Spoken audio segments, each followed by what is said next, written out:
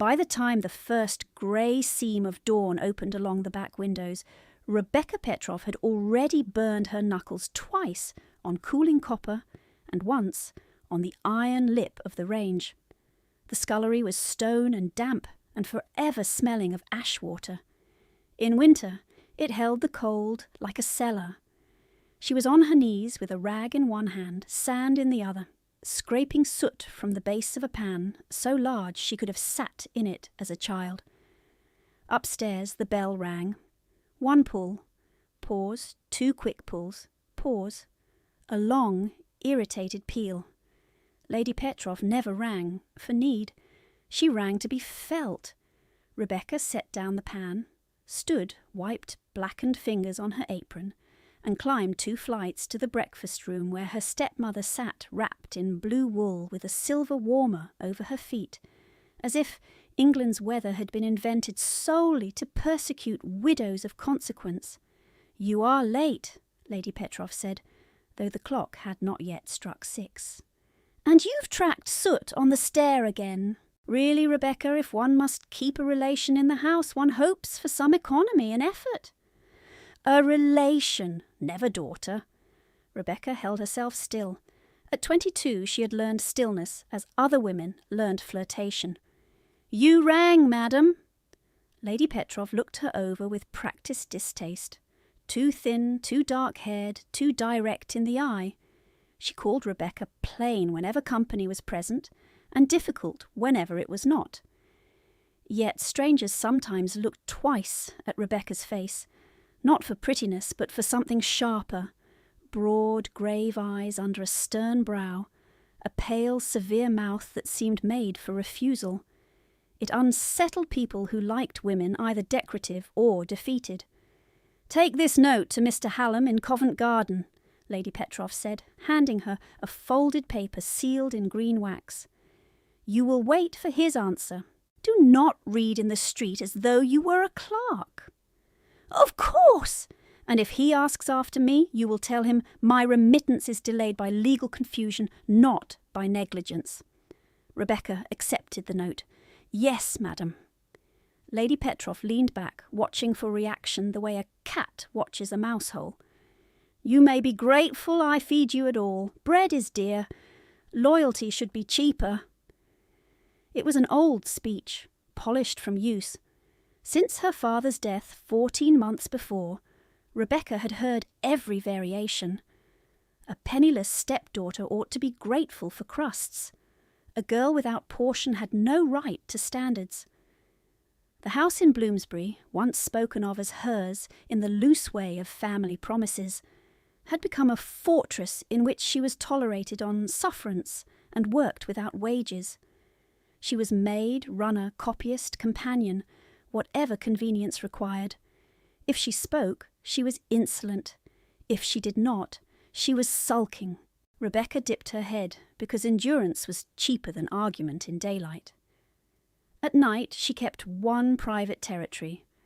Her father's desk remained locked in the old study, not because Lady Petrov respected his memory, but because she had not yet sorted the papers and disliked dust. Rebecca had found a spare key in the hem of an obsolete coat. After midnight, she took a candle there and read ledgers, correspondence, contracts in her father's compact hand, proof that he had trusted numbers more than promises. Sometimes she copied entries by memory, then burned the copies in the grate.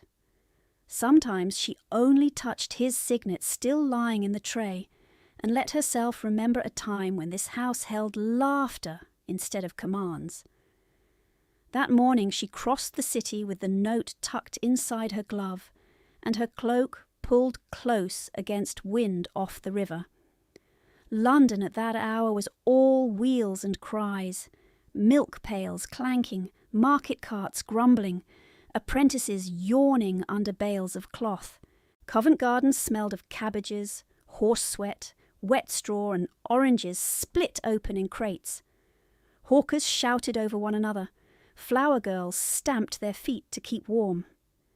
Rebecca was cutting across the square when a sudden burst of laughter broke from a knot of men beside a dray cart. Not cheerful laughter, public laughter, the kind that gathers around shame. 2 constables had pinned a boy against the cart wheel. He was perhaps 10, perhaps 12. Hunger made age uncertain. His coat hung in tatters from narrow shoulders, and one sleeve had been mended with twine. He fought without strategy, all terrified jerks, striking out like a cornered animal. A gentleman in riding gloves stood nearby with a cane lifted in disgust. "Hold still, you little rat!" one constable barked. "Where'd you lift it? Speak!" The boy's mouth opened. No sound came. "Pretending now," said the gloved gentleman. "They all do." The cane came down, not yet on flesh, but hard against the cart rim beside the child's head. The boy flinched so violently he near went to his knees. Rebecca did not think. She moved. "Stop!" Her voice cracked across the circle before she could measure consequence. She stepped between cane and child, one hand out. "You will not strike him." The gentleman stared, then laughed with the others. "And who are you, madam? Patron saint of pickpockets?"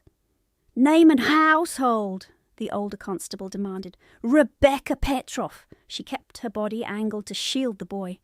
His breathing came in thin, ragged pulls against her sleeve. "What is the charge?" "Stole a jewelled seal from Mr. Vane," the constable said, jerking his chin toward the gloved man. "Caught him with it in fist." "Then why?" Rebecca said coolly. "Is it still in his fist?" Silence, brief and irritated. The constable pried at the boy's fingers. He fought harder, eyes wild. Rebecca looked down, saw not greed but panic, and crouched slowly until she was at his level. "Let me," she murmured. "I won't hurt you." He stared at her, then at the crowd. His fist trembled. At last, as if surrendering the last thing he owned, he opened his hand. A heavy seal lay in his palm, gold chased with enamel, and a ring of small stones clouded by grime. Rebecca's breath caught. She had seen that crest before, impressed in red wax on legal notices and invitations too grand for their street. The crowned ash tree of the Dukes of Ashbourne. "Mr. Vane," she repeated, turning the seal over. "You claim this is yours?" The gentleman coloured. "Found on my person, naturally." "This bears ducal arms," Vane sneered. "And beggars can't touch quality metal." "Beggars can touch anything dropped in a crowd," Rebecca said. "Thieves hide stolen pieces. They do not keep them raised in open hand, as if begging someone to notice, unless they wish to be caught alive before whoever is following them catches them dead." A murmur moved through the onlookers. Vane's face tightened. The younger constable squinted at the seal, then at Rebecca. "How do you know that mark?" "Because I can read." She rose. "Send for Ashbourne House. If this belongs there, they'll identify it. If not, charge him properly. But do not beat a speechless child because your morning is dull." "Speechless?" the constable said. The boy made a sound then, a dry, broken breath that was almost a howl and stopped at once. He struck his own throat with his fist, furious at it. The crowd shifted from amusement to discomfort. Mockery was easy when the victim could cry out. Muteness turned spectacle into accusation. Mr. Vane lowered his cane with a muttered oath. "This is absurd." "It is inconvenient," Rebecca corrected.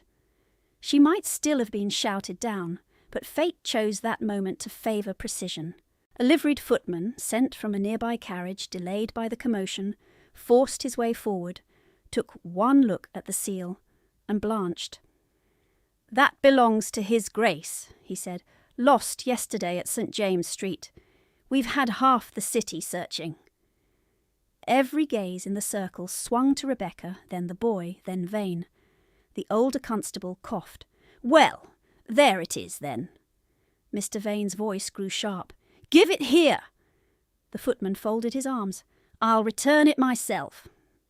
The constable released the boy's shoulder as if it burned him. No one apologised. When the knot dissolved, it did so fast. Curiosity spent, dignity to salvage. In less than a minute, only Rebecca, the child, the 2 constables, and the footman remained. The older constable scraped his hat. "His Grace's steward will wish statements." "You too, miss." "I have business. You'll come," he said, not unkindly, but final. "And bring the lad." The boy had backed against the cart again, eyes flicking to every alley mouth as if expecting someone worse than constables to emerge. Rebecca held out her hand. After a long hesitation, he took only 2 fingers, gripping them so hard her joints ached. She delivered Lady Petrov's note first, because there are tyrannies one can postpone and those one cannot. Mr. Hallam, the money-lender, received her in a room smelling of ink and cloves, read the folded paper, and smiled without warmth.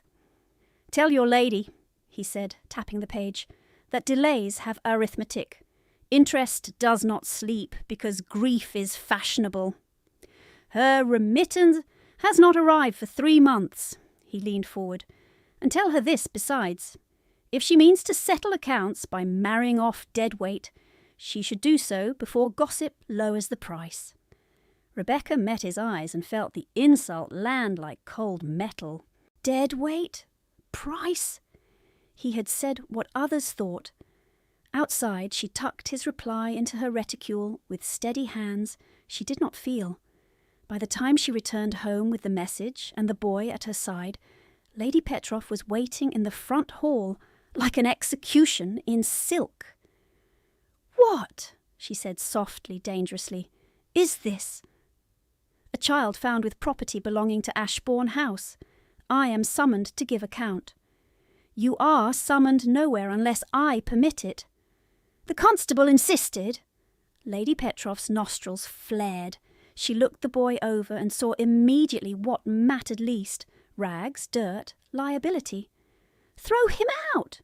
"He will be taken to Ashbourne House." "Then let the police drag him. You will not attach our name to street filth and scandal. Do you understand what people will say? That we have trafficked with thieves? That my household cannot keep discipline?" Her voice dropped. "You forget your dependents." Rebecca might have yielded if she had only herself to lose.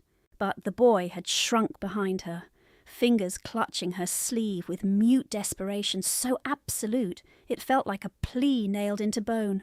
"He is frightened," Rebecca said, "and he has no one." "Neither do you," Lady Petrov snapped. "Do not mistake temporary shelter for family." For one brittle instant, Rebecca saw the full arrangement of her life as if from a great height. A house that was no home, a future to be traded for debt, a name useful only while obedient. If she defied Lady Petrov now, she could be turned out by nightfall with no references, no portion, no safety but her wits. If she obeyed, the child would vanish into machinery built to grind the voiceless smooth. A knock sounded at the door, hard, official. The butler admitted the Ashbourne footman, and behind him a sober man in black, likely a steward or solicitor. He bowed first to Lady Petrov, then to Rebecca. "Miss Petrov, by direction of His Grace the Duke of Ashbourne, you are requested to attend at once and bring the boy." "His Grace values dispatch." Lady Petrov's smile flashed thin as a knife. "Miss Petrov is unwell." "I am well," Rebecca said, before fear could stop her. The steward's gaze flicked once between the 2 women and settled on Rebecca with professional neutrality. "A carriage waits." Lady Petrov turned to her, voice low enough for only Rebecca to hear. "If you step into that carriage against my instruction, do not expect this door to open for you again." Rebecca looked at the polished floorboards her father had paid for, at the staircase she had scrubbed, at the woman who held every legal right and no mercy. Then she looked at the boy, who watched her face the way prisoners watch keys. When Rebecca spoke, her tone was respectful enough to wound. "Then I must trust to other doors." Lady Petroff went white with rage. Ungrateful girl! Perhaps, or simply finished. Rebecca took her cloak, wrapped it around the boy's shoulders, and followed the steward out into the sharp noon air. Behind her she heard the hall door shut with final, resonant force. Ahead waited a black carriage bearing the ash tree crest in gold. As it jolted into motion toward Ashbourne House, the boy sat rigid beside her, hands clenched in the borrowed wool. Rebecca opened her gloved palm on the seat between them, an offering, not a demand. After a moment he placed his hand in hers. Whatever waited at the Duke's end of the city, disbelief, ridicule, danger, it would not be simple. Powerful men did not welcome inconvenient truths from women without dowry. And if this child truly belonged to Ashbourne blood, then everyone who had profited by his absence had reason to silence him again. Rebecca lifted her chin toward the window and watched London slide past. Churches, markets, smoke, 1,000 windows behind which lives were arranged by money and name. For the first time since her father's death, fear and purpose were equal in her chest. She had stepped out of one kind of captivity. She had no idea yet what she had stepped into. The carriage turned through iron gates before Rebecca had finished counting the houses on Grosvenor Square. Ashbourne House did not announce wealth, it assumed it. Pale stone, tall windows clean as mirrors, a pair of carved ash trees flanking the entrance in deliberate hereditary confidence. 2 footmen descended before the wheels had stopped. One reached for the boy. He recoiled so hard his shoulder struck Rebecca's arm. "She comes with me," Rebecca said. The footman hesitated, then bowed. "As you wish, miss." Inside, warmth rose from hidden grates carrying beeswax and old wood and faint tobacco. The boy stood in the centre of the black and white tiled hall, as if he had stepped onto a lake that might crack. Servants watched from side passages with careful expressions: curiosity, pity, irritation at disruption. A man in his middle years approached, narrow-faced, exact, dressed in severe black. "Mr. Crawley, steward to His Grace," he said. "Miss Petroff, the child." His gaze lingered on the torn cuff, the grime, the fingers locked around Rebecca's cloak. "This way." They were led not to a drawing room, but to a smaller library with high shelves and a writing table set for inquiry. There was already another gentleman waiting, broad-shouldered military carriage gone slightly rigid with age. He introduced himself as Colonel Bryce, a household adviser. His eyes, unlike Crowley's, were openly sceptical.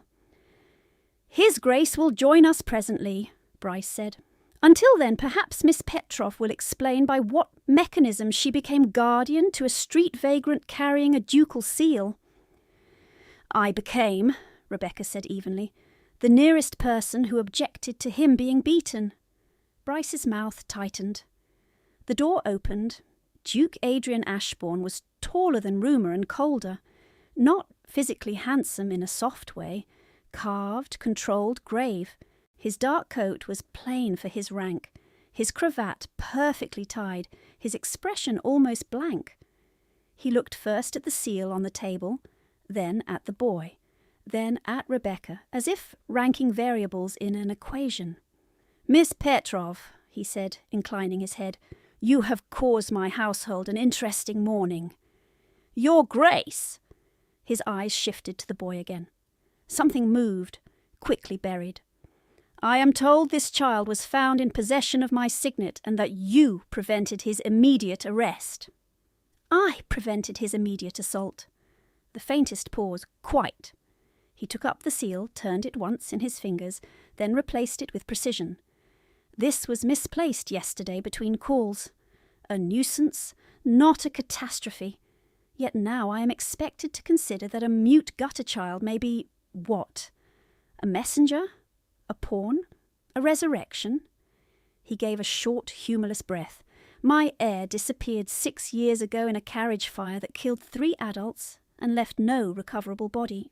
Since then, I have entertained claims from drunkards, actresses, a retired fencing master, and one woman who presented a red-haired infant and swore it was my sister's dark-eyed son, reborn by Providence. He looked directly at Rebecca for the first time. I do not reward theatrical hope. Rebecca held his gaze. Nor do I, Your Grace. Then tell me why you're here. She did, plainly. Covent Garden, the cane, the crowd, Mr. Vane's claim, the footman's recognition. No embroidery. The Duke listened without interruption, only once glancing toward the boy when she repeated, "He could not speak." When she finished, he said, "And your conclusion?" "That he is terrified of being taken by the wrong person." "On what evidence?" He did not try to run until a gentleman raised a cane. He did not conceal the seal. He gripped it until his fingers cramped, as if it were proof he needed alive. "And he looks at every doorway before he breathes." Colonel Bryce folded his arms. "Trauma is common among street thieves." "Then test him before judging him," Rebecca said. Duke Ashbourne's voice sharpened a fraction. "Do not mistake my patience for permission to instruct me in my own house, miss." Before she could answer, the boy made a rasping sound and stumbled toward the hearthrug. He had seen, tucked in the coal scuttle beside the grate, a brass toy horse missing a wheel. He snatched it up with both hands and backed into a corner, clutching it to his chest as if reclaiming a limb. Bryce gave an exasperated noise. "There, kleptomania and sentiment." But the Duke had gone very still.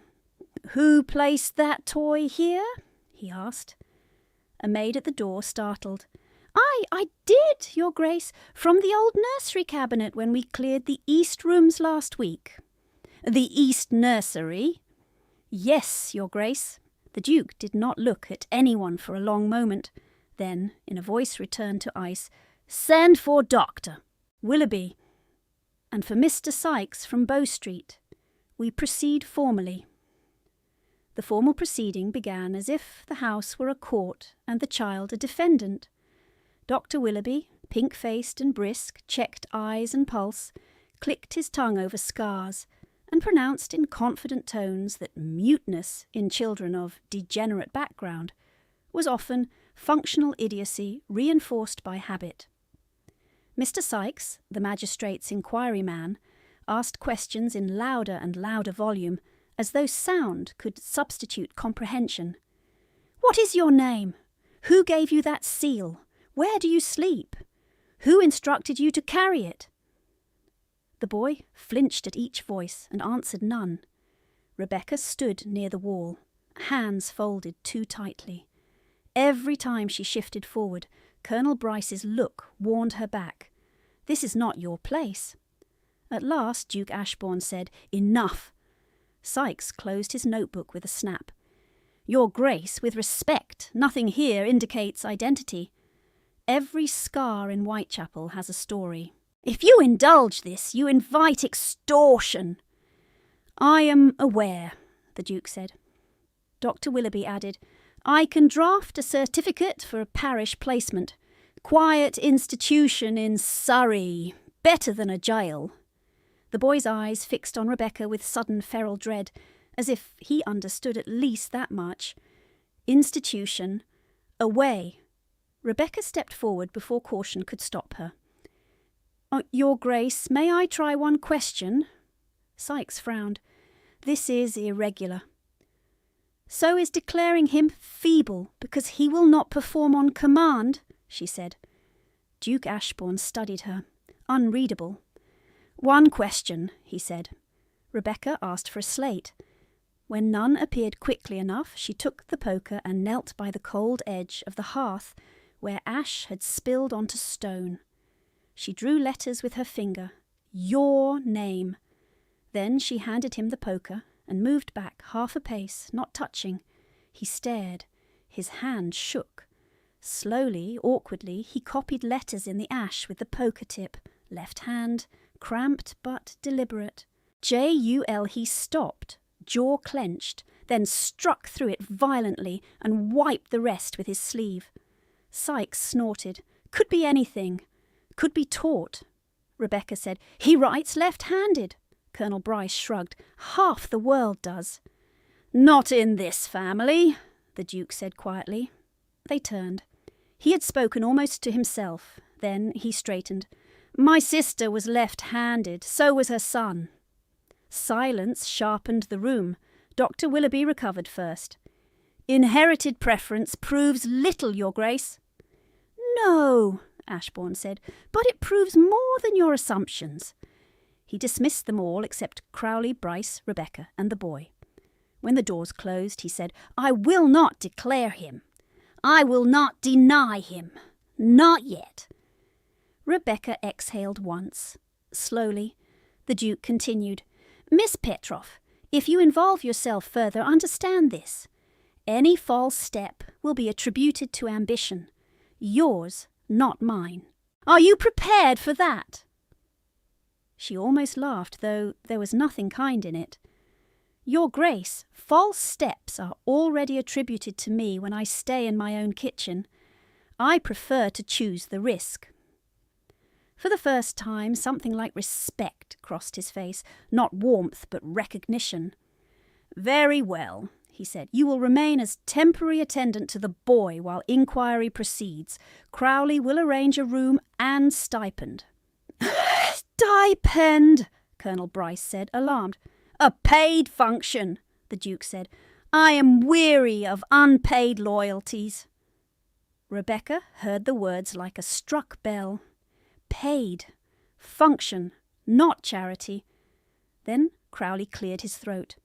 "There is one difficulty. A message has arrived from Lady Petroff's house requesting Miss Petroff's immediate return for a matter of family urgency." Rebecca felt the floor tilt under her. "Did Lady Petroff specify the urgency?" she asked.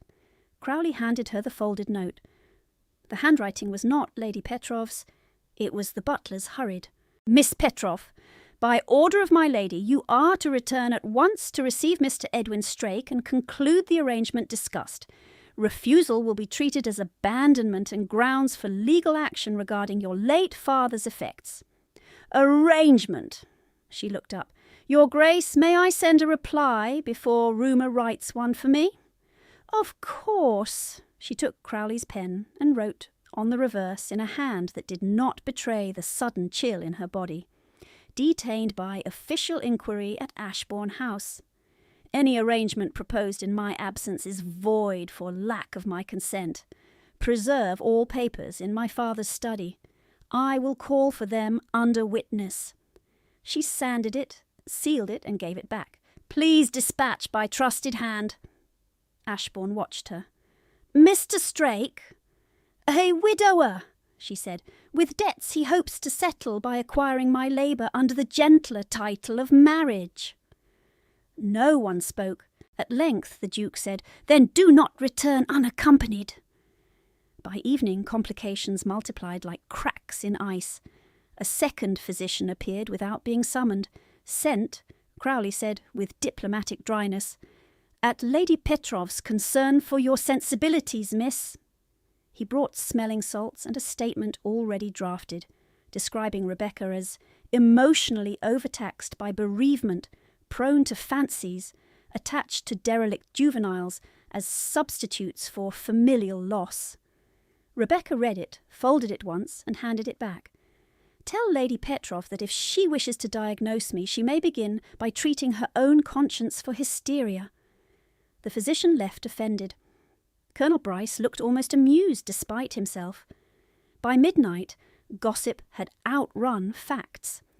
A society paper printed an evening broadside hinting that a certain dependent female of foreign extraction had staged a scene with a counterfeit heir to trap a grieving duke into romantic obligation.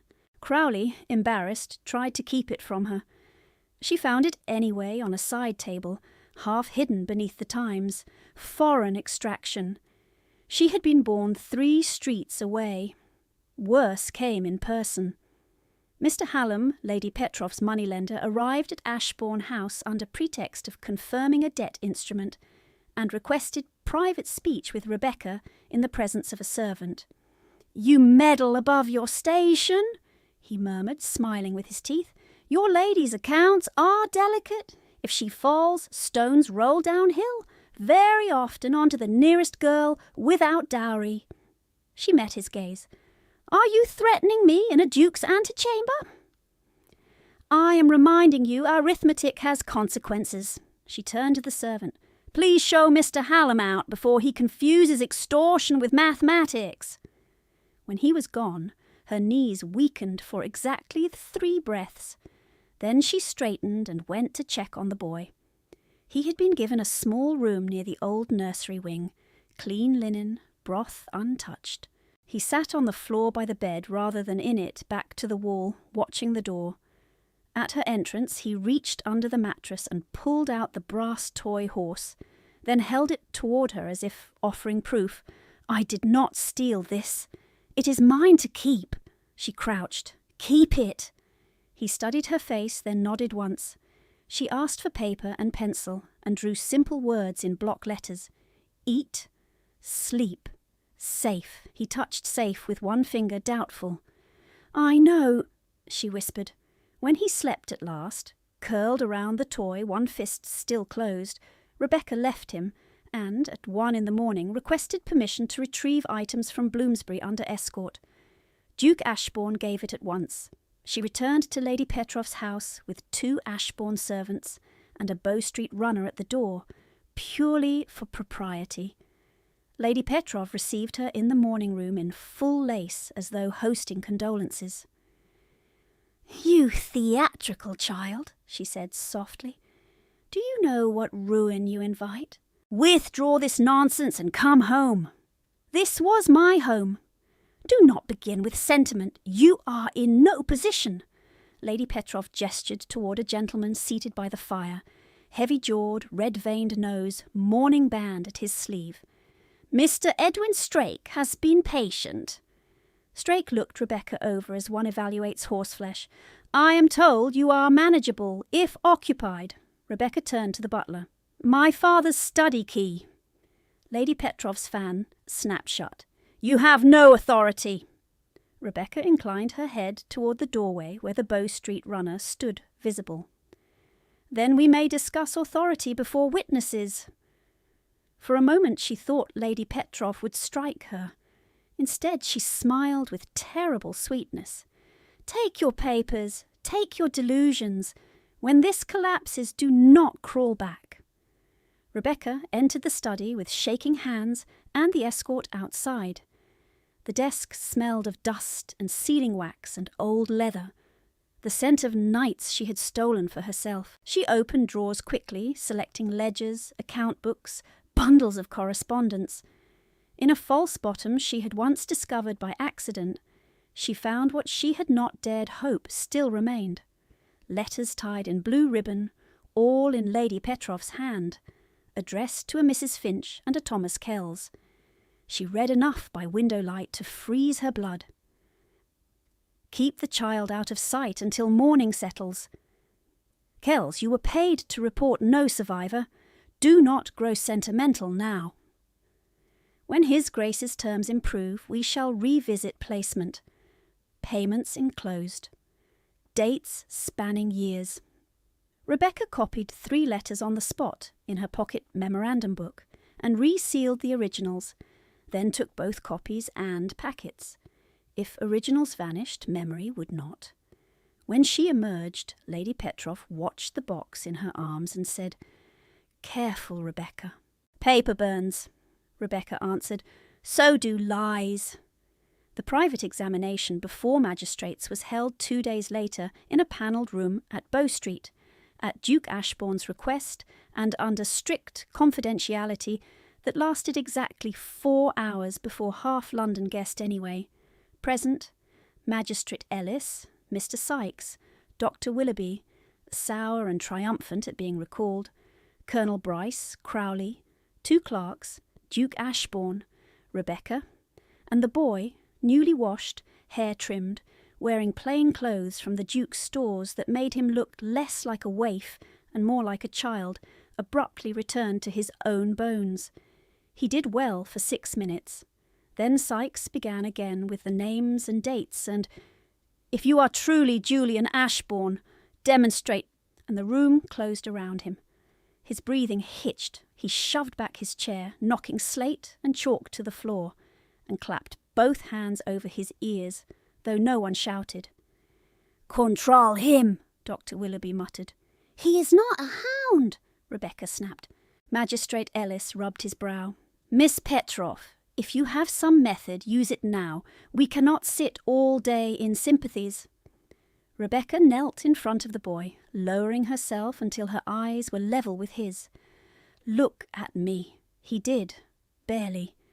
She put a slate in his hands, not asking him to stand, not asking him to perform for men in wigs and authority. Quietly she said, "Write one thing only, the name your mother used for the Duke when no one else heard." The room went still enough to hear the chalk tremble. The boy wrote slowly, left-handed, each letter pressed hard. N-E-D-D-Y. Colonel Bryce inhaled sharply. Crowley made a sound like a swallowed oath. Duke Ashbourne did not move. Magistrate Ellis frowned. "Could be coached," Rebecca nodded. "Then one more. Draw the old nursery at Ashbourne House, as you remember it." The boy wiped the slate with his sleeve and began to draw. A rectangular room, fireplace on the inner wall, 2 narrow windows east, cupboard near the corridor door. He added a small adjoining closet, then tapped a corner by the skirting and drew an X. Rebecca rose, slate in hand, and passed it to Crowley, who passed it to the Duke. Ashbourne stared at the mark. His face changed, not softened exactly, but stripped. "That corner," he said, "there was a loose board." "To hide contraband marbles," Colonel Bryce said faintly. "And once a dead beetle collection." Ashbourne's voice was hoarse now. "And a tin soldier painted blue. My sister complained he stole it from my desk." The boy, watching him, reached into his pocket and produced not the brass horse but a tiny rusted button. He set it on the table and pointed to the X again, then to the Duke, as if to say, "Yours, mine, there." Magistrate Ellis sat back hard. "Mr. Crowley," he said, suddenly formal, "can this be verified immediately?" "It can," Crowley answered. "The East Nursery remains sealed pending renovations." "Then verify it." By dusk they were back at Ashbourne House with half the party and 2 carpenters. Rebecca stood in the nursery doorway while Crowley directed the lifting of boards near the marked corner. Dust rose. Nails squealed. On the 3rd plank the carpenter's chisel struck metal. He reached down and held up a small tin soldier in faded blue paint. No one spoke for several heartbeats. Duke Ashbourne took the toy in his bare hand, and for the first time Rebecca saw him ungoverned, not weeping, worse, grief and fury crossing his face like weather over stone. When he looked at the boy, his voice nearly failed. "Julian!" The child, Julian, did not run to him. He stood rooted, shaking. Then he took one step forward, then another, until he was close enough that the Duke could kneel and set the soldier between them like an offering neither had language for. Behind them, Magistrate Ellis cleared his throat. "Pending full documentation, I will issue interim protective recognition," he said. "The child remains under His Grace's custody. Any party attempting removal will answer to the court." Lady Petroff's name was not spoken, but it was present in every glance. As the room emptied in murmurs and orders, Ashbourne rose and turned to Rebecca. His composure had returned by effort, not by nature. "I misjudged you," he said. She gave a tired half-smile. "You had precedent for caution. Perhaps, not for blindness." He looked toward Julian, then back. "From this hour my officers act on your observations as they would on Crowley's. If you say a door is unsafe, it is locked. If you say a person is to be kept from him, they are kept. It was not gratitude. It was trust, stated like command. Rebecca inclined her head. Then we must move quickly. Those who hid him will not wait to be found. Ashbourne's eyes hardened to steel. No, he said, they will not. And in that nursery with the lifted floorboard yawning open like a wound, Rebecca understood with sudden clarity that proving Julian's name had only started the war. They will not. As if in answer, Crowley appeared in the nursery doorway with a face gone grave beneath its practised composure. Your Grace, pardon, a Bow Street officer has arrived with Dr. Willoughby. They insist on immediate audience. They carry a transfer order. Ashbourne did not turn from Julian. Transfer to where? St. Bartholomew's observation ward for independent evaluation of a potentially manipulated minor claimant, signed by Magistrate Pritchard. Rebecca felt the blood leave her hands. Pritchard was known to dine where money invited him. On whose petition? Ashbourne asked. Though they all knew, Crowley hesitated. Lady Petrov's solicitor, joined by Mr. Edwin Strake as witness to Miss Petrov's alleged instability. The old nursery seemed to constrict around them. Julian, sensing the shift before he could understand it, pressed back against Rebecca's skirt and clutched the tin soldier so hard the edge bit his palm. Ashbourne rose very slowly. Bring them to the West Library, not here. Crowley bowed and vanished. Colonel Bryce swore under his breath. She moves fast. She has practised, Rebecca said. Ashbourne's gaze cut to her. How many such petitions can she fund? As many as Hallam advances, Rebecca answered, and he advances where profit smells certain. Ashbourne gave one clipped nod. Then she means to have him declared incompetent before Ellis can issue formal recognition. Once that paper is sealed, he becomes a medical inconvenience, not an heir. Bryce looked to Rebecca then, blunt and almost apologetic. If that happens, miss, your testimony becomes motive. They'll call it fabrication for advancement. They already have, she said. Julian tugged at her sleeve, frantic, then pointed toward the corridor and shook his head violently, eyes huge. No, no. Rebecca knelt. They are not taking you now. She made each word slow, visible on her lips. He searched her face for certainty she did not fully own. In the West Library, Dr. Willoughby stood with a constable and a junior clerk, bearing stamped papers. Willoughby's expression held professional sorrow sharpened by triumph. Your Grace, he said, this is regrettable but prudent. Given the emotional contagion surrounding the child, neutral confinement is advisable. Confinement? Ashbourne repeated. Observation, Willoughby corrected. Temporary, of course. Rebecca stepped forward before rank could silence her. Temporary has already lasted 6 years for him. Willoughby didn't look at her. Miss Petrov's involvement is itself under question. The constable unfolded the order and read in a droning voice. It named Julian as unknown male minor. It named Rebecca as civilian agitator. It instructed immediate removal to medical custody and prohibited unsanctioned private interviewing. When he finished, Ashbourne said, Magistrate Ellis has already granted interim protective recognition under my household authority. The clerk cleared his throat. Magistrate Pritchard's order supersedes, pending review. By what law does one magistrate erase another within hours? Crowley asked, silk over steel.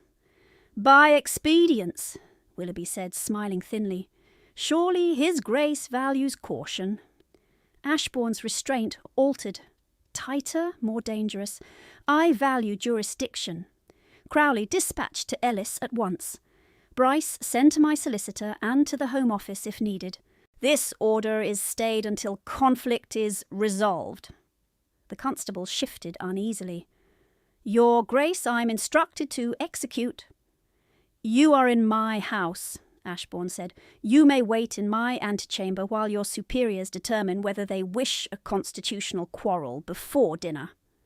Willoughby drew himself up. "Delay risks contamination of testimony." "Then pray for everyone's hygiene," Ashbourne said. It should have been absurd.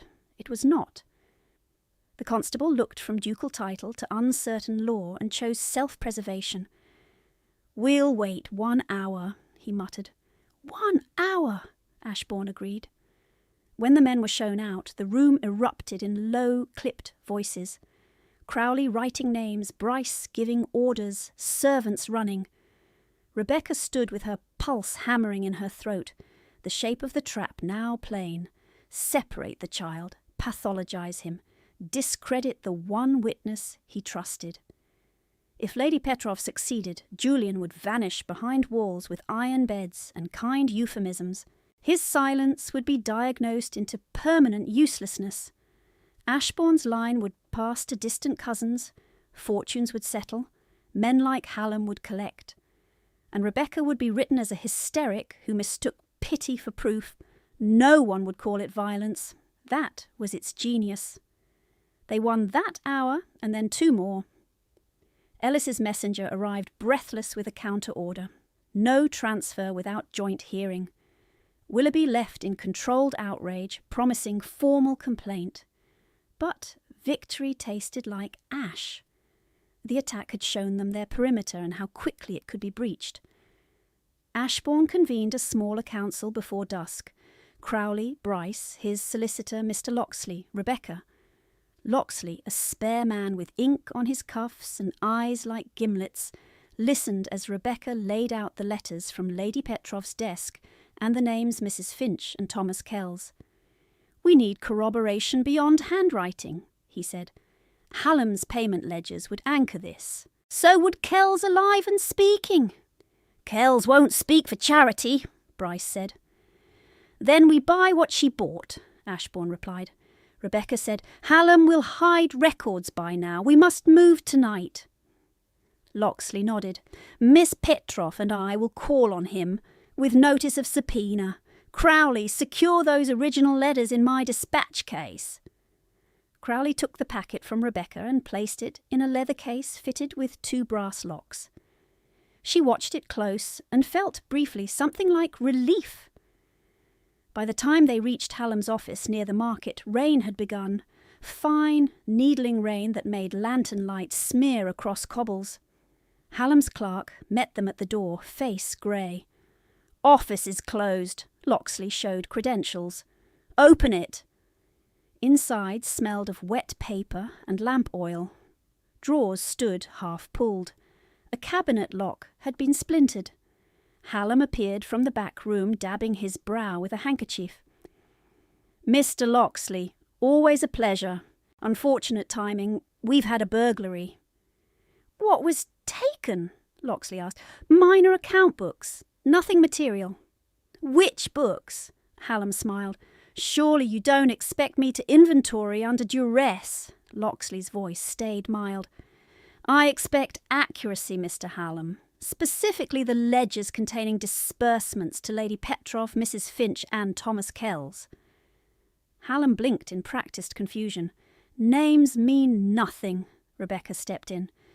"You told me 3 days ago that Lady Petrov's remittance was 3 months late."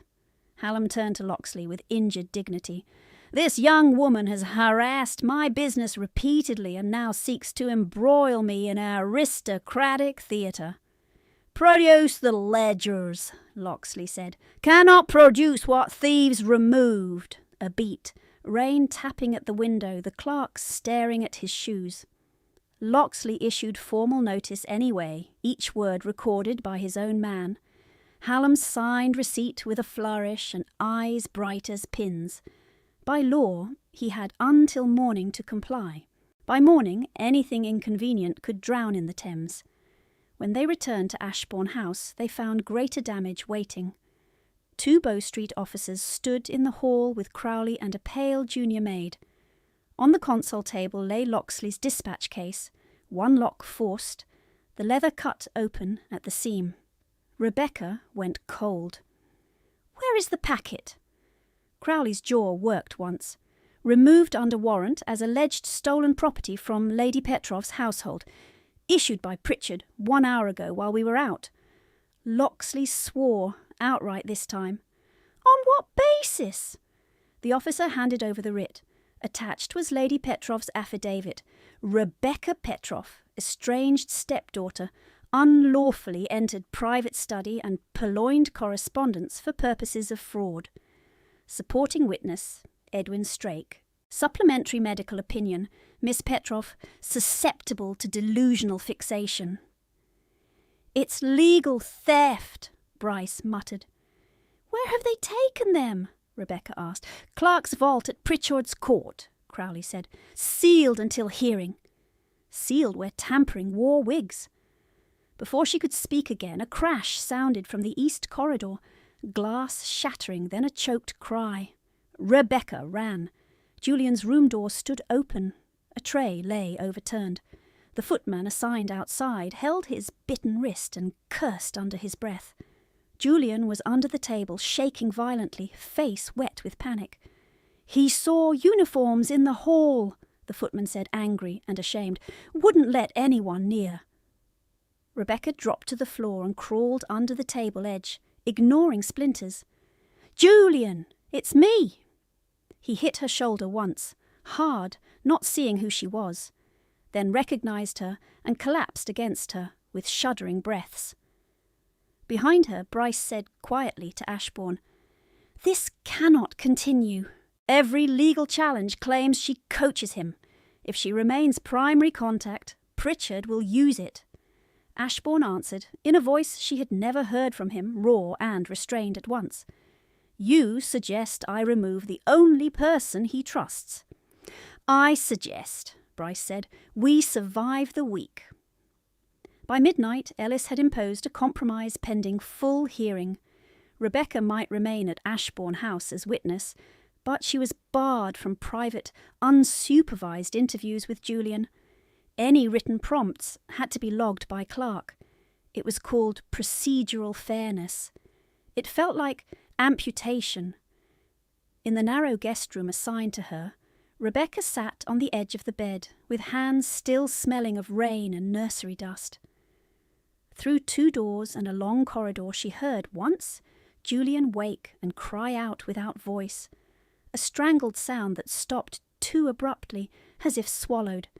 She did not go to him. She was not permitted. For the first time since Covent Garden, doubt came not as fear, but as accusation. You brought him into light and taught predators where to strike. Adrian Ashbourne dismissed the last servant and locked his study door himself. He stood with both palms on the desk until the tremor in his right hand eased. The house had gone into that brittle, expensive quiet wealth could buy. Thicker carpets, softer hinges, panic muffled by good breeding. He hated it tonight.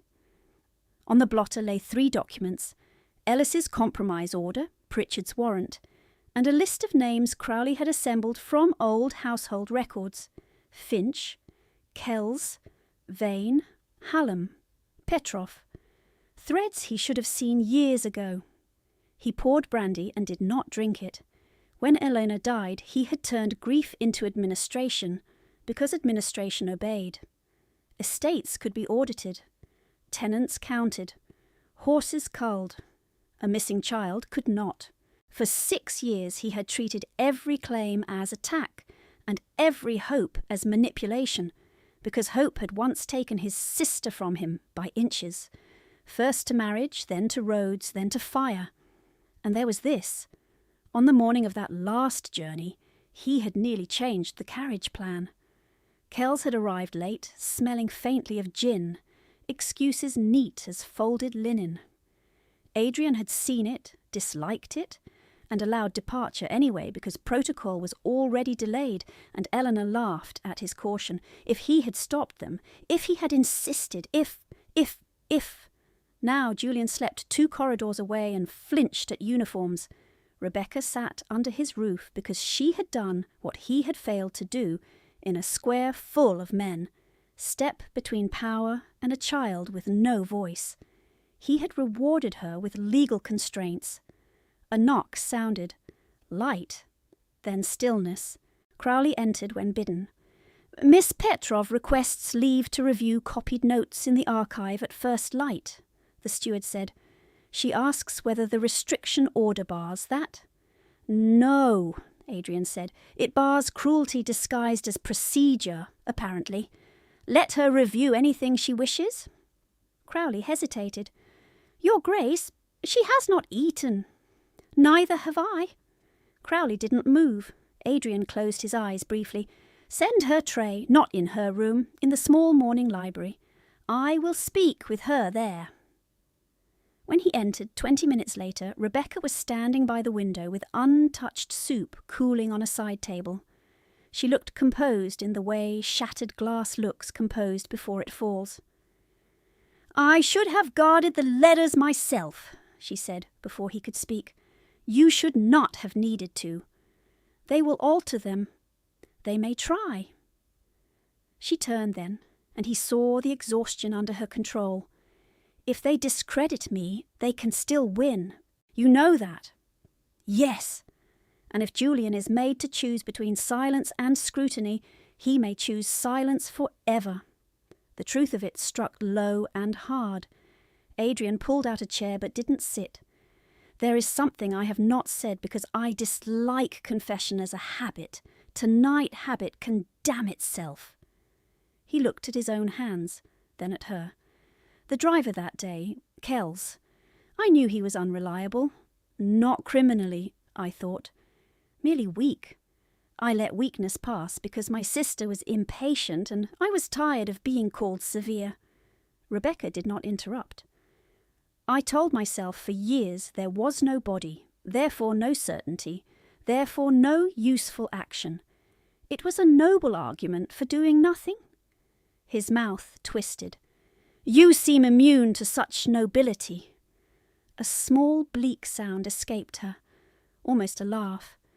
I am very acquainted with doing nothing, Your Grace. It has never improved anything I loved. He stepped closer, close enough to lower his voice without losing steadiness. Listen to me. Pritchard can seize paper. He cannot have my assent. They will attempt to isolate you, then paint your isolation as guilt. I will not allow either. You cannot control every court. No, but I can choose where we fight. He hesitated, then added, quieter, and I can choose not to leave you to it alone. Something shifted in her face at that. Not relief, exactly, but a loosening of solitude.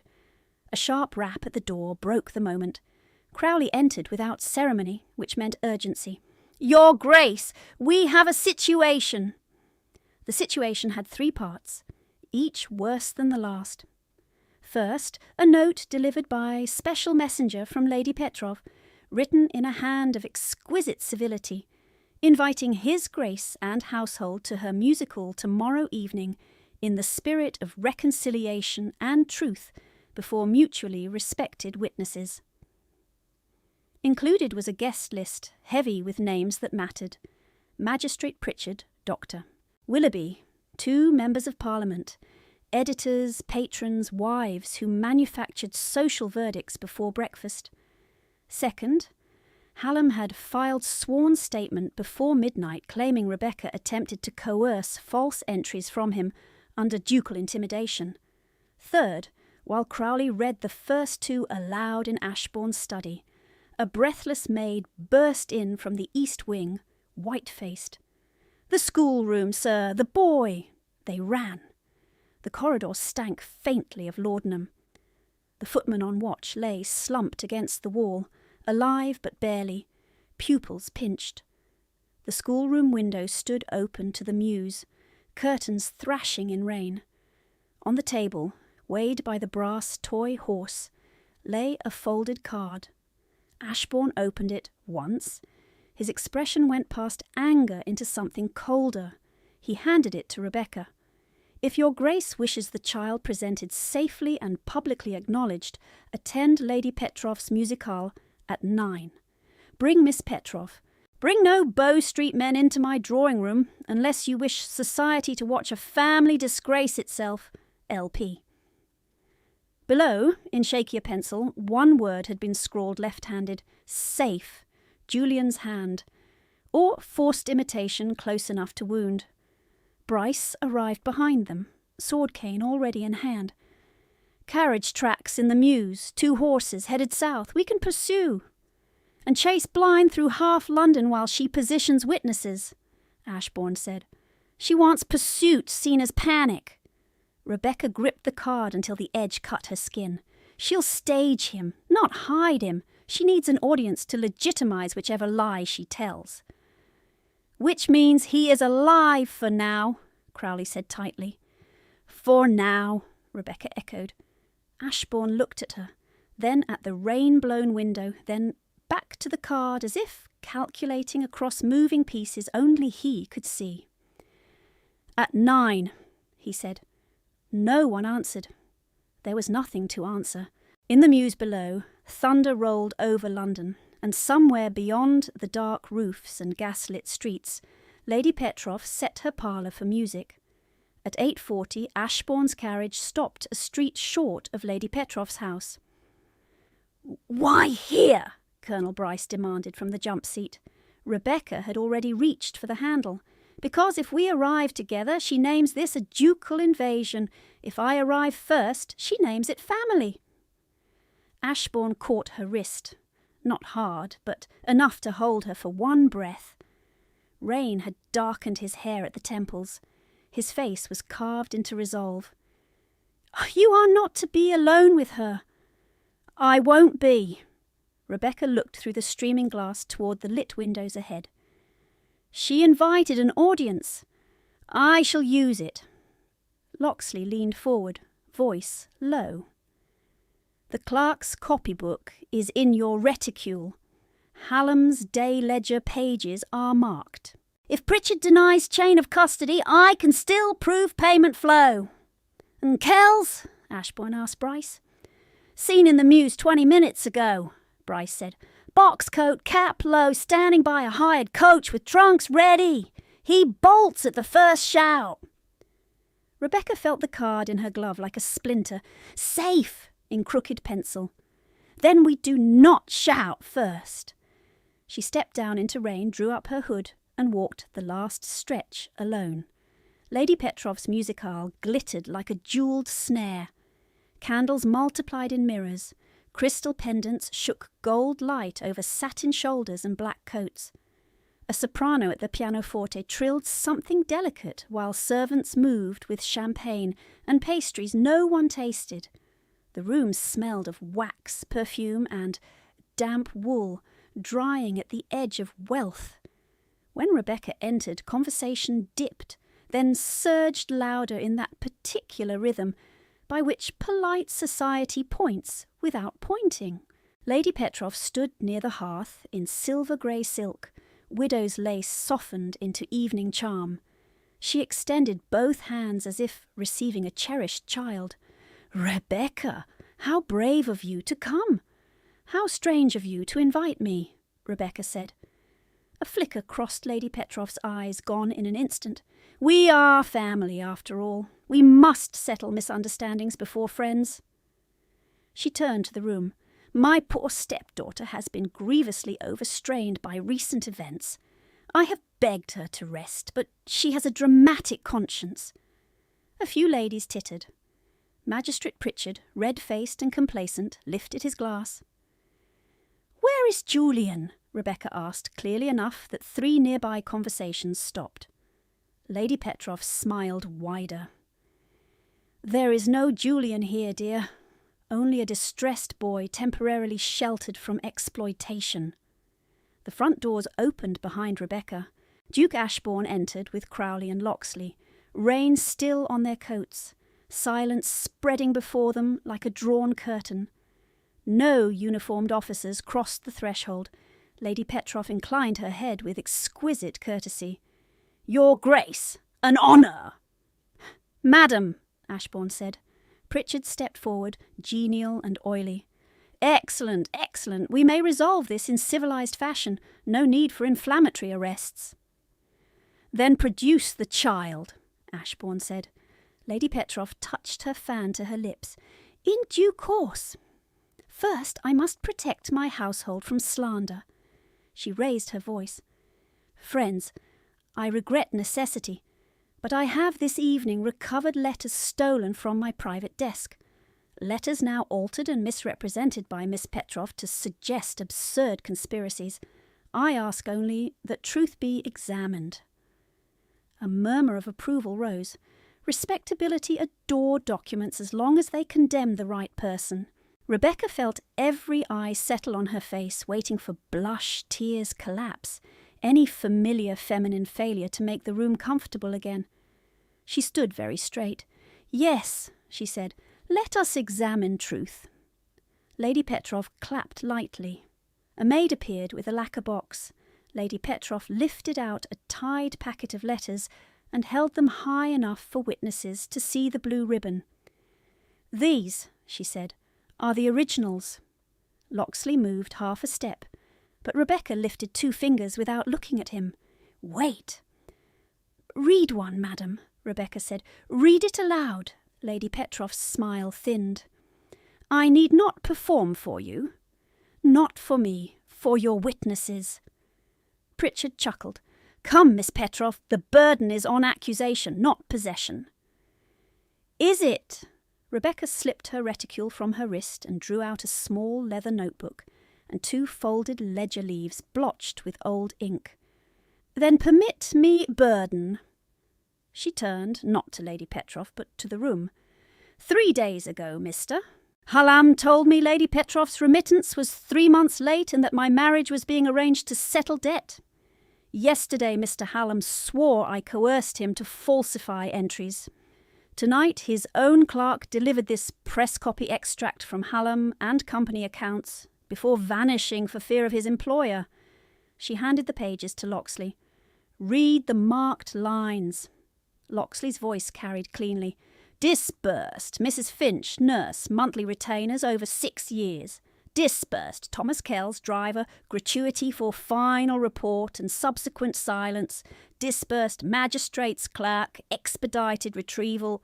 Pritchard barked, Forgery! Possibly, Rebecca said, which is why we compare inks, dates and Hallam's ledger hand against his registered bonds tomorrow morning under oath. She faced Lady Petroff again. Now, madam, read one of your originals. Lady Petroff did not move. Rebecca stepped closer, voice still level. Read the line where you wrote, Keep the child out of sight until morning settles. Or shall I? A crack of thunder rolled outside. Somewhere above, a floorboard creaked. Ashbourne's head lifted slightly at the sound.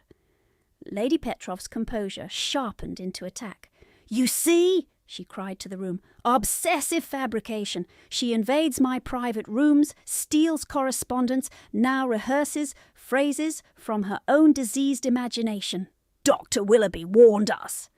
Willoughby, who had been hovering near the music stand, stepped forward eagerly. Indeed! Miss Petroff exhibits fixation and transference. Then test me, Rebecca cut in. Not with adjectives, with paper. She extended her hand. Give me the packet. Lady Petroff laughed outright. Certainly not. Because it's not the packet seized under warrant, Rebecca said. The seal string is wrong. Pritchard's court ties evidence in red tape, not blue ribbon. You had these returned privately so you could curate them.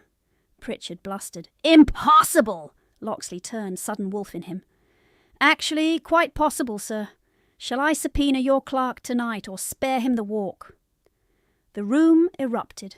Whispers, gasps, chairs scraping. Lady Petroff took one swift step toward the side door. Rebecca's voice sliced through the noise. If you leave now, Thomas Kells leaves with you. Lady Petroff froze. Rebecca went on louder. He is waiting in the mews with 2 trunks and fresh horses. 1 trunk for silver, 1 for clothing. No trunk for a child. That landed like a slap. 2 gentlemen moved instinctively to block the side door. Lady Petrov's fan snapped shut hard enough to splinter a rib. "You presumptuous little—" "Where is he?" Rebecca asked. Lady Petrov's face changed then, mask dropping to something naked and feral. "Do you imagine," she hissed, too low for most, but not for Rebecca, "that dukes inherit by sentiment? Boys die. Fortunes move. Women survive by intelligence where men call it treason." "And children pay for it," Rebecca said. From upstairs came a muffled thud, then a strangled cry that was not a cry at all. Ashbourne crossed the room in 3 strides. "No!" Lady Petrov lunged to block him. "You have no right in my private floor." He looked at her once. "You forfeited that word." Bryce and Crowley were already at the stair. Guests scattered aside as if from fire. Rebecca did not follow immediately. She stayed in the centre of the drawing-room because this was the battlefield Lady Petrov had chosen, and witnesses were the only walls that mattered now. "Mr. Locksley," she said without turning, "please ask Dr. Willoughby to inspect the laudanum odour on the schoolroom footman's coat and compare it to any vial in this house." Willoughby sputtered. "I will do no such—" "You will," Pritchard snapped reflexively, then caught himself too late. Rebecca looked directly at him. "Thank you, magistrate. Your authority is so useful when publicly spoken." He flushed crimson. Minutes stretched. Music had stopped. Rain hammered windows. No one pretended this was an evening call anymore. When Ashbourne came down the stairs, he carried Julian in his arms. The boy's face was chalk white, eyes open but glassy, one hand clutching the tin soldier. A bruise darkened at his jaw where fingers had held too tight. He saw Rebecca and reached toward her with shaking desperation. She stepped forward, then stopped herself 1 pace short and turned to the room. "Witness him," she said, voice breaking only once. "This is the temporary shelter offered by those who called me dramatic." Lady Petrov did not collapse. She counterattacked. The moment Julian appeared, she pivoted into tears of offended virtue so skillful, half the room nearly followed her there. She pressed a handkerchief to dry eyes and let her voice tremble on cue. "He was hysterical," she said. "We moved him upstairs to spare him this interrogation. If he was restrained, it was for his own safety. Must a household now answer for every bruise a wild child gives himself?" Dr. Willoughby, cornered but loyal to patronage, seized the line. "Quite so. Self-injury in excitable minors is common. Miss Petrov's influence may have aggravated attachment responses—" "Stop using him as your thesis," Rebecca said. Locksley had the packet in his hands now. In the confusion, one of Lady Petrov's own guests had passed it to him, perhaps from conscience, perhaps curiosity. He spread letters across a card table under full light. "These are not all altered," he said sharply. "Some are plainly original, same hand, same ink corrosion, same stationer watermark from Bloomsbury Lane." Lady Petrov lifted her chin. "Private household instructions. Nothing criminal." Rebecca moved to the table. "Then we read the private instructions." She picked the first letter, unfolded it, and read clear as bell. "Kells, you were paid to report no survivor. Do not grow sentimental now that the boy asks for his uncle. Keep him where no crest can be recognized." A woman near the pianoforte made a shocked sound. Someone whispered, "Good God!" Lady Petrov struck like a whip. "Incomplete sentence. Context omitted. She reads fragments." Rebecca held up a second letter. "Here is context. When His Grace's terms improve, we shall revisit placement. Until then, the child is leverage, best kept, ignorant and quiet." Pritchard blundered in, desperate to regain control. "Even if authentic, this proves concern for welfare pending proper negotiation." "For extortion," Locksley said, "an obstruction in a succession matter." Lady Petrov turned on Pritchard with sudden fury. Do not be a coward now. You took your fees. The room went dead silent. Pritchard stared at her, horror and rage colliding. Madame, I will not be slandered. Rebecca did not let the opening close. She stepped toward the French doors and raised her voice to carry through the hall. Thomas Kells, come in, now. No one expected it to work, but Kells had been listening in the passage, perhaps hoping for a signal to run. At his name, 2 footmen seized him at the threshold and dragged him forward, cap askew, rain dripping from his sleeves. He smelled of wet horse and fear. I've done nothing, he babbled. I drove where told. Rebecca faced him. Who paid you after the fire? He looked at Lady Petroff. She looked back with a promise of annihilation. Kells swallowed. No one! Rebecca took 1 step closer. Your trunks are packed for Dover. Hallam's man paid the posting house at 6. If you lie now, you hang for kidnapping an heir and poisoning a servant. If you tell truth, you may yet see daylight. He began to shake so violently his teeth clicked. I never meant harm, he whispered. I was told the boy'd be placed proper, just out of sight till lawyers settled. Carriage overturned, fire took the ladies. Lord forgive me, I pulled the child clear. Mrs. Finch said, hush, hush, he'd be safer unnamed. Her ladyship paid regular, said his grace'd never thank the truth. Ashbourne's voice came from behind, low and lethal. Did you report him dead? Kells nodded, sobbing now. Aye. Did Lady Petroff instruct it? Kells covered his face. Aye! Lady Petroff flew at him, all composure gone. Liar! Drunk, thieving liar! Bryce caught her wrist before she could strike. She twisted like a trapped thing, silk sleeves tearing at the seam. You think this room will save you? She spat at Rebecca. You with your kitchen hands and martyr eyes, they will still call you grasping. Rebecca met her with exhausted steadiness. Let them call me what they like. Julian will still be Julian. At last, practical authority arrived. Magistrate Ellis, summoned hours earlier by Locksley as safeguard, entered with 2 Bow Street officers in plain coats, rain steaming off them. He took in the tableau. Letters, Kells, bruised child, Pritchard sweating beside the decanter, and did not waste words.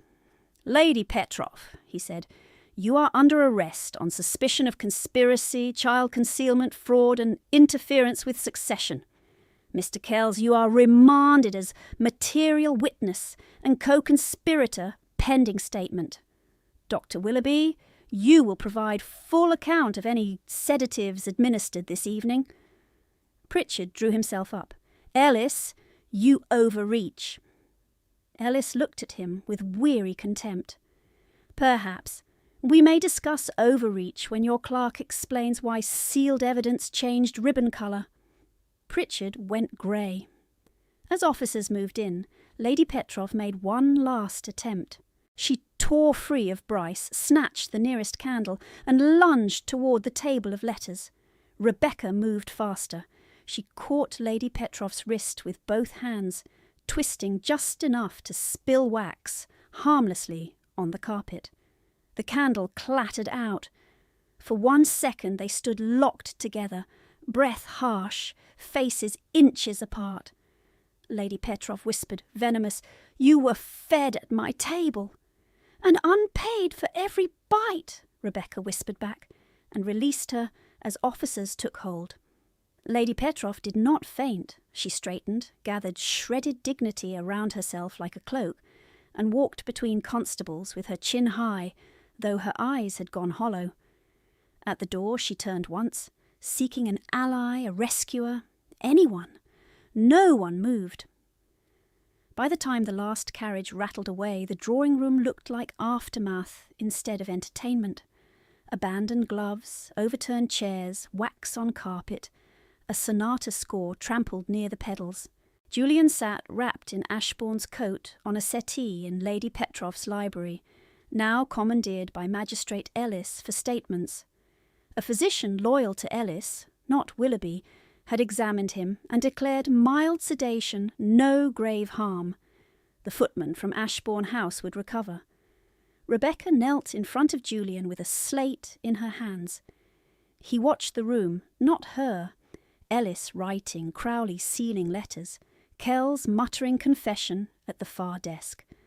Survival had taught him to track every threat. She wrote slowly, "Safe now."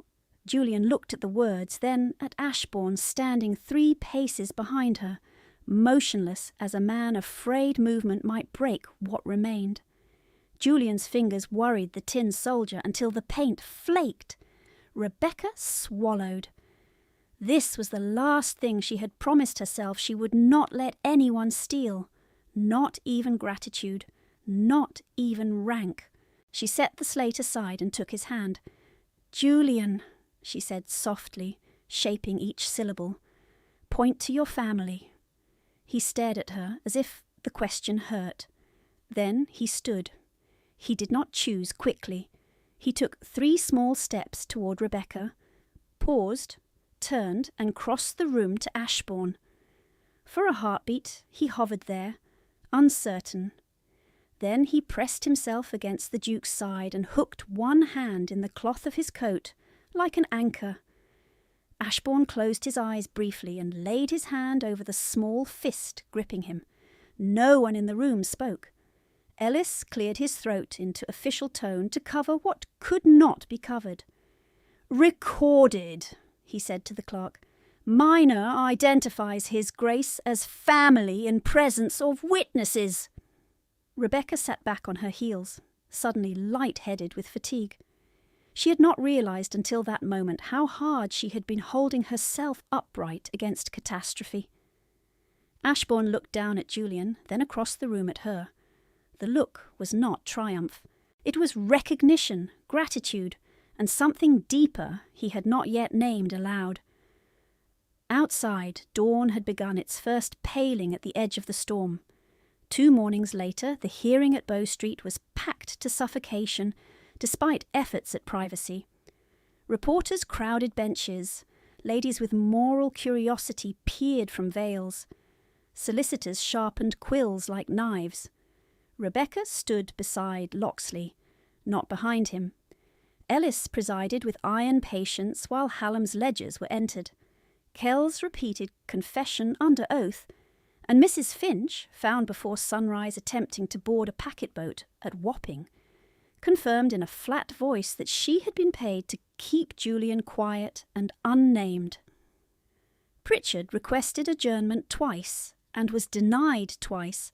When Rebecca testified, Strake's barrister attempted to paint her as vengeful dependent. "Miss Petroff, is it not true you stood to gain financially by attaching yourself to Ashbourne House?" "It is true," she said, "that I sought paid work instead of forced marriage." Laughter flickered, then died under Ellis's glare. "Did you steal Lady Petroff's letters?" "I removed evidence of a concealed child from a desk in a house where I had been threatened with legal confinement and sale into marriage. If that is theft, charge me." The barrister blinked. "Did His Grace promise you reward for your accusations?" "No," she held his eyes. "He promised procedure. I provided facts." By afternoon, the order was issued. Julian Adrian Ashbourne recognised as lawful heir pending formal restoration writ. Custody vested in Duke Ashbourne. All hostile medical transfer petitions voided. Lady Petroff remanded for trial. Hallam charged with conspiracy and falsification. Pritchard suspended pending inquiry. Dr. Willoughby struck from further examination in the case. Outside the court, reporters shouted questions. Rebecca ignored all of them until one called, "Miss Petroff, how does it feel to be vindicated?" She turned only long enough to answer, "Useful," and stepped into the carriage. Inside, Julian sat between her and Ashbourne, newly sober, newly exhausted. He held a slate on his knees. After several minutes, he wrote, in painstaking letters, "REBECCASTAY." She read it and looked up. Ashbourne spoke before she could, voice quiet but certain. If she wishes to stay, she stays.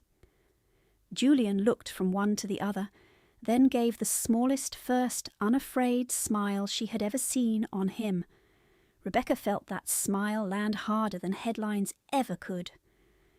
By the end of the week, Ashbourne asked to see her in the old East Nursery, now aired and set right. The loose floorboard had been repaired but not replaced. The mark remained visible in grain like a healed scar.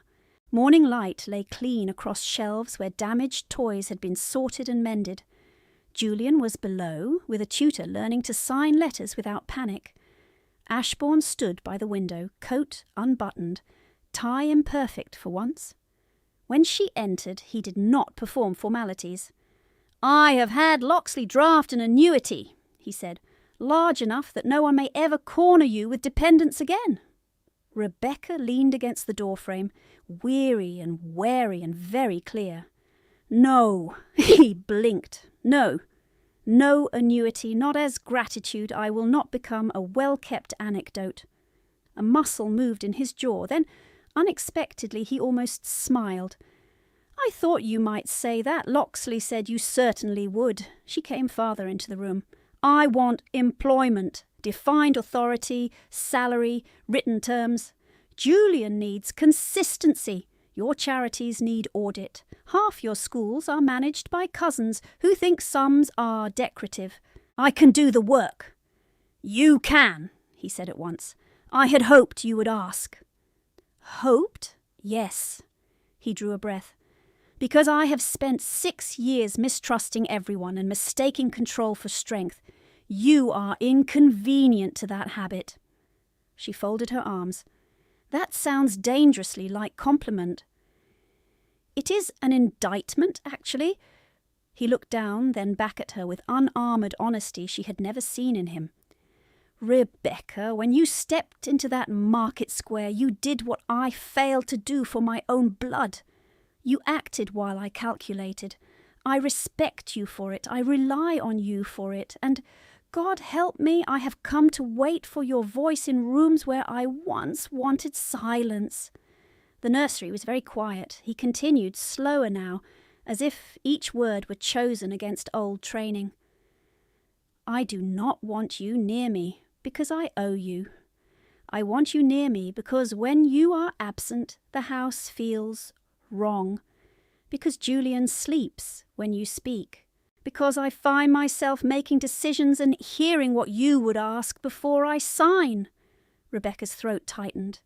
"Adrian," he stepped closer, "let me finish while I still have courage. I love you, not as rescuer, not as ornament, not as repayment, as equal trouble, as mind and will and mercy I trust with my life and his. If you prefer only the post, you shall have it and my complete respect. If you can imagine more, I ask for that too." She stared at him, stunned by the plainness of it, more than the words themselves. In her old life, declarations came as bargains. Obey and be fed, marry and be housed, keep quiet and be tolerated. This offered no cage, no debt call. "What does more look like to you?" she asked, voice steadier than she felt. "A contract first," he said, almost fiercely, "for your position, oversight of Julian's education, household charities, and independent authority in his domestic decisions. Salary set by you and reviewed annually. Rooms of your choosing. Staff answerable to your office in relevant matters." She blinked. "You prepared this?" "I began drafting in my head after you told Hallam extortion was not mathematics." Despite herself, she laughed, a short, astonished sound that broke the last of the tension. He went on, softer. "Marriage, if and when you wish it, not as condition of employment, not as scandal management, as a second separate vow between us." Rebecca looked toward the corridor where faintly, distantly, Julian's tutor called out letters, and Julian answered in taps on slate. "All my life," she said slowly, "people have told me gratitude is the same thing as love." He shook his head. "It is not." I will not surrender my work once married. Then do not. I will not be overruled in Julian's schooling because some Viscountess dislikes my accent. Any Viscountess who challenges you may submit written complaint and expect written defeat. She searched his face and found no mockery there. And if we quarrel? She asked. We will. Frequently, I suspect. His mouth curved. We quarrel now. Yes. Then we continue to quarrel in honesty instead of hierarchy. She stood very still, then stepped into him and laid her forehead briefly against his chest, feeling his breath catch as if he had been braced for refusal. When my father died, she whispered, I thought the world had narrowed to rooms where bells were commands. You have given me doors. Julian gave me purpose. She drew back enough to meet his eyes. I love you too, inconveniently, entirely. He closed his eyes once, almost a flinch of relief, then opened them bright and unguarded. May I kiss you? On one condition. Name it. No gratitude. His smile this time was real. None. When he kissed her, it was not possession, not urgency for witnesses. It was a promise made in private, careful and fierce at once. A knock sounded, Crowley's discreet voice from outside. Your Grace, Miss Petrov, Master Julian requests immediate judgment on whether a dragon may live in the arithmetic primer. Rebecca laughed against Adrian's shoulder. Duty calls. He touched her hand, lingering. Lady Rebecca. She raised a brow. Not yet. Rebecca, then. Adrian, then. They went out together. By Michaelmas, the bells in Ashbourne House rang differently. They rang for meals, lessons, appointments, not for humiliation. Rebecca insisted on that in week 1, and dismissed a senior maid in week 2 for repeating Lady Petrov's old phrase, if one must keep a relation, to a scullery girl. Word spread quickly. The new educational office paid on time and tolerated no cruelty disguised as rank. On a bright autumn morning, Rebecca sat not in a scullery, but in the former morning room now converted to a school office, ink on her fingers, account books open in neat stacks. 2 charity matrons waited opposite while she reviewed grain expenditures. You have charged for 40 blankets, she said, tapping the line, and delivered 26. The elder matron stiffened. Transport losses. Then we correct transport, not children's feet. Rebecca slid the ledger back. Resubmit by Friday. Through the half-open door, Julian's voice, still rough, still sparing, counted French verbs with his tutor, interspersed with quick signs he had taught the household by insistence and example. When he stumbled, Adrian's lower voice answered from the corridor, patient where once he had only command. Trials concluded before winter recess. Lady Petrov, convicted on conspiracy and fraud, received a sentence that spared public theatrics but not consequence, imprisonment and forfeiture of key properties to satisfy claims. Hallam lost his licence and, in private circles, every hand that had once taken his cards.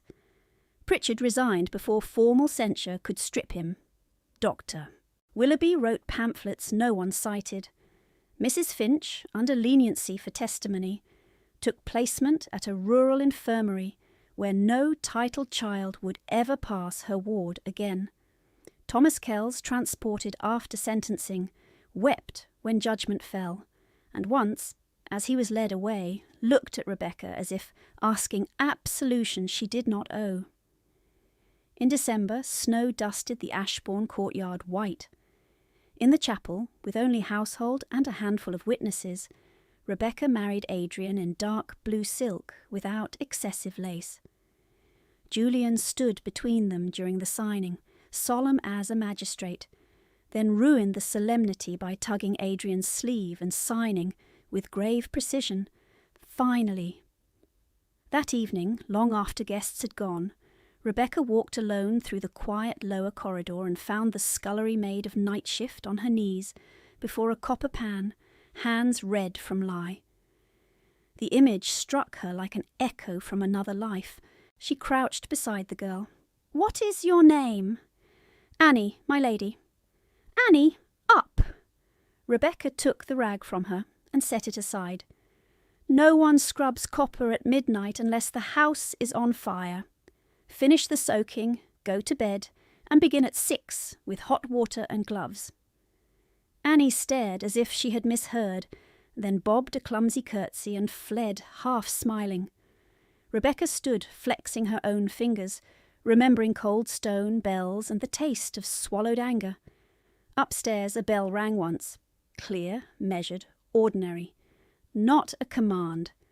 A signal for tea in the small library where Adrian and Julian waited over a map of estate schools and a very disputed dragon in an arithmetic book. Rebecca turned toward the sound and climbed the stairs, no longer summoned, simply expected.